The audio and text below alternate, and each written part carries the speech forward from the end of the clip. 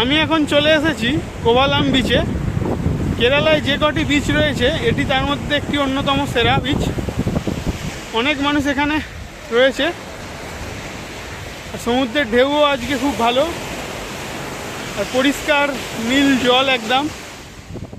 সূর্যের রোদ গায়ে মেখে বহুদূর বিস্তৃত এই পরিষ্কার নীল জল আর তার সাথে এই রকম সমুদ্রের ঢেউ দেখতে কোথা দিয়ে যে সময় কেটে যাবে আপনি বুঝতেই পারবেন না।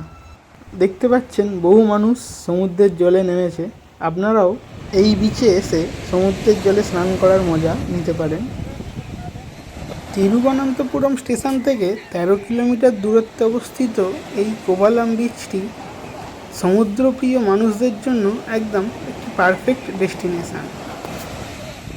এই বিচে এসে পরিষ্কার নীল জল আর এত সুন্দর ঢেউ দেখে আপনার মন চাইবে এক্ষুনি যেন সমুদ্রে নেমে পড়ি।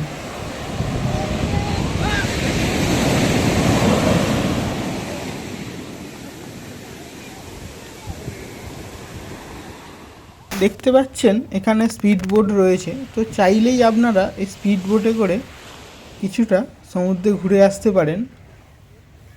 এখানে স্পিড বোট ছাড়াও আরও নানা রকম ওয়াটার অ্যাক্টিভিটিসের ব্যবস্থা রয়েছে।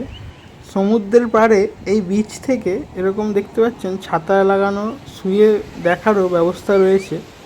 আপনারা দারুণ সময় এখানে কাটাতে পারবেন। এই দূরে দেখতে পাচ্ছেন ওখানে প্যারাসেলিং করা হচ্ছে। তো এছাড়াও নানা রকম ওয়াটার অ্যাক্টিভিটিস এখানে আপনারা এক্সপিরিয়েন্স করে দেখতে পারেন।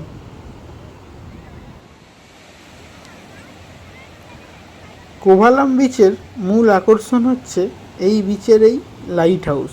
দেখতে পাচ্ছেন এই লাইট হাউস খোলা থাকে দুপুর 12:30 পর্যন্ত। তো আপনারা চাইলেই এই লাইট হাউস ঘুরে দেখে আসতে পারেন। কেরালায় আসলে কোভালাম বিচ থেকে সানসেট দেখতে একদম মিস করবেন না।